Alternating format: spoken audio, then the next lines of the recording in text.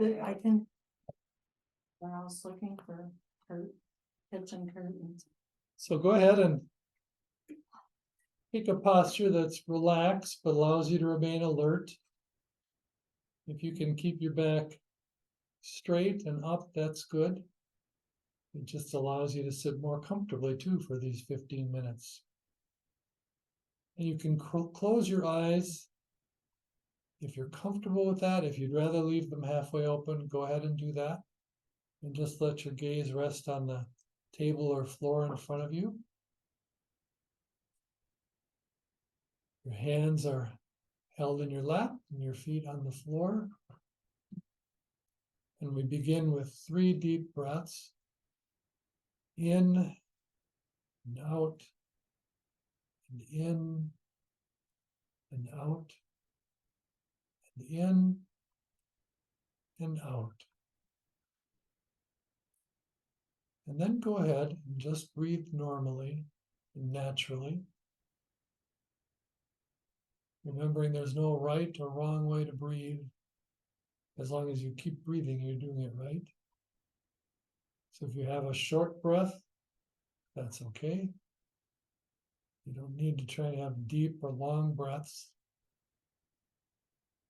The power that comes from breathing isn't just in breathing deeply. It's really in paying attention to it. Our breath is something that's always right at hand. So when we're involved in something like depression or anxiety or worry, fear, things that take us away from what's happening right now, paying attention to the breath can bring us back to where we are in this moment. And for most of us, that's a good place, a safe place to be. Unless you're in a burning house or a tiger is chasing after you, you're probably safe right now, sitting comfortably in a chair. So go ahead and just feel that breath in your body.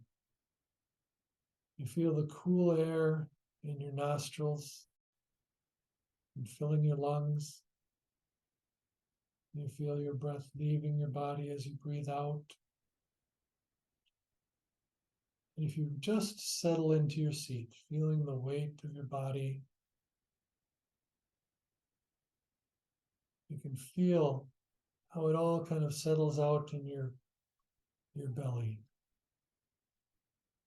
Feel that spot where you're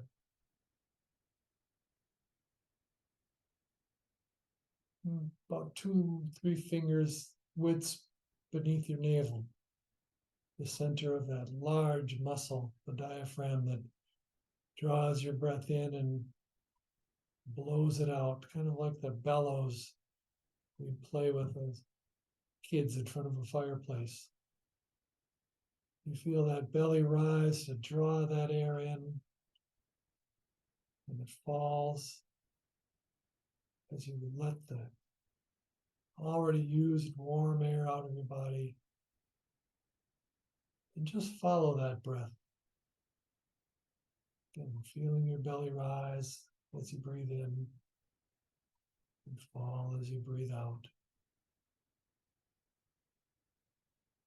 If your mind wanders for a moment, that's okay. This is just like the breath, with there being no wrong or right breath. There's no right or wrong way to do this. We sit down with the intention to follow our breath. But our mind wanders. There's a sound outside that draws our attention away. And what our real power is being able to come back to it. To say, oh, that's right, I was following my breath. Where am I now? And you begin following that breath, stepping right in, whether you're in the middle of an in-breath or an out-breath. No judgment, no harsh words for yourself that you didn't do it right. You just come back to that breath, breathing in and breathing out. And as we sit here today, it's the last day of November.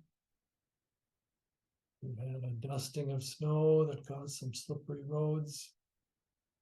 We had some freezing nights a few nights ago. It's a little warmer now, but there's still frost in the mornings. And these days growing shorter and shorter. They'll continue to do so for about the next 3 weeks. Start to notice the sun going down earlier and earlier. Until just before Christmas, we reach the shortest day of the year. And then for actually about 12 days, the days don't get any longer by more than a few seconds. So we're kind of stuck in that time of darkness. And I think it's no wonder that one of the ways we like to celebrate these holidays, celebrate this Christmas, really almost all the other holidays this time of year for different faiths, all seem to focus on being festivals of light. So there are many reasons one might feel down or depressed this time of year. It may be that your body doesn't do well without lots of sunlight. It's also for many of us a difficult time with difficult families, or even maybe good families that we can't see as much as we'd like to. We're distant from them. We also start to feel like we do nothing but perhaps work and come home in the dark, go to work in the dark. It's cold and dark and we don't get out as much. It feels like throwback to those days of the pandemic where we were in our homes for weeks on end, months on end, hardly seeing anyone. But there are things we can do. There are ways we can bring a little light into this darkness. Really, just using light is one good way. Whether it's a sad lamp, stringing Christmas lights. Even if you don't believe in Christmas, you can still string lights all around your living room or your bedroom. It seems to just cheer us up and make us a little happier. They oftentimes call it that season of joy, which can sometimes seem cruel to some of us, where maybe it's hard to come by joy. Whether because we can't afford a Christmas, or we can't be with the people that bring us joy at Christmas. But we can find all those little ways that can bring us joy. The string of lights, talking on the phone to a friend, or visiting. We've all learned now to do Zoom. We can visit with them on Zoom if we aren't able to be in touch with them in person. We can make some cookies. Or if that's your weakness, like it is for me, make something a little healthier that you won't eat a whole tray of in one day. Or listen to some music. There's all kinds of good Christmas music or just kind of wintry music. Make the most of that feeling of the season that's about going inwards in some ways. Like a bear that has to go into its den because it's too cold outside. We kind of withdraw. We can withdraw into our houses or withdraw a little bit into ourselves. And it can be natural. We want to be careful and not isolate. In the same way that what we practice here is turning our attention around onto ourselves and drawing ourselves in. being aware of our bodies and our breath, having that time to stay inside by a fire or just by a warm heat duct, to read a good book, find a movie to watch on television, or to not occupy ourselves with any of those things. Put a warm blanket around yourself and just sit as we're doing now and feel that there is some joy within this breath. The joy of knowing that we're alive, of seeing this wonder of breathing as our belly rises as we breathe in and falls as we breathe out. One breath leads to another. Think of a string of joy that pierces each one of them. And think of it like that string of joy that strings the breaths together is like the popcorn strands we used to make in school. I remember right, we used a needle and thread, maybe we used a string. And then that thing that brings us joy with those popcorn strings, I remember we'd then put our tree outside when the needles were starting to fall off. And we found that that thing that gave us some happiness and joy, keeping our hands busy, our hearts and minds busy, as we make creative things.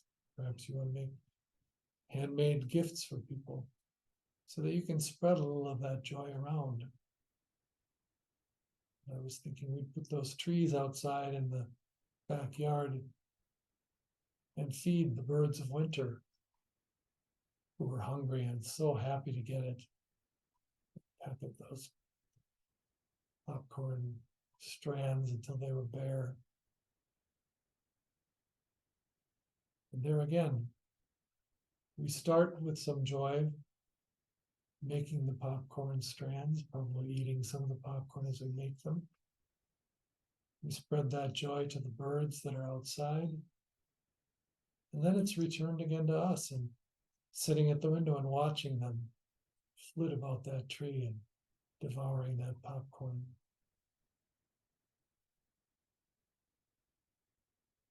It's often said about anxiety or depression, what can be especially important this time of year, as I'm saying, is to find your joy. And you may not know. You may need to dig down a little bit. You may know that you love making clay ornaments or writing Christmas cards. Or you may find some things. I always think a good place to look are those things that you loved doing when you were maybe 12 or 13 or 8 or 9. Those same things that you loved then, you probably still love now, whether it's reading a good book, playing an instrument. You don't have to play it well. Christmas carols are pretty easy to play. You can play and sing by yourself or with others. Because in a way, depression is something that forces you to look at what would it take to make me happy.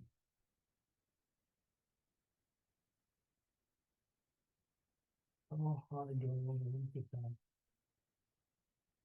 Will I try these things that I used to love and say that finding joy and being happy is more important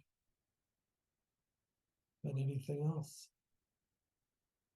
It's so easy, especially in depression, to think it's foolish to do this or that. It's foolish to strum my guitar badly or foolish to make these ornaments. What's so foolish in anything that brings joy and may bring it to other people?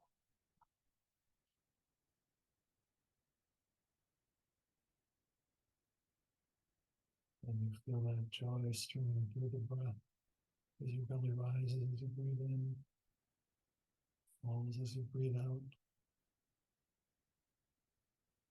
And another way that you can get joy and support and warmth we'll be meeting through the whole month and into January when it's still cold and dark days.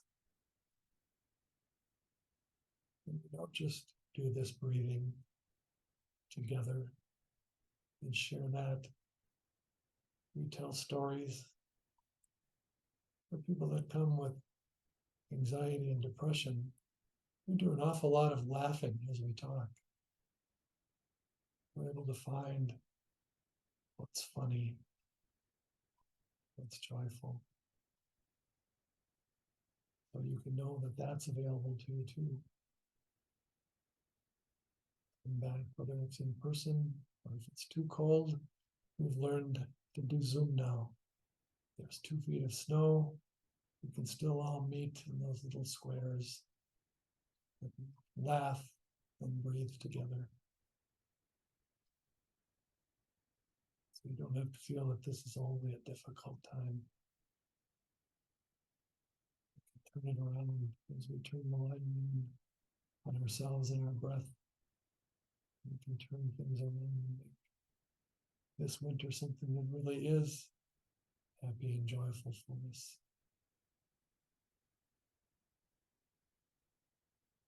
So we'll take 3 deep breaths at the end of this period. In and out, in and out, and in and out. And when you're ready, go ahead and open your eyes.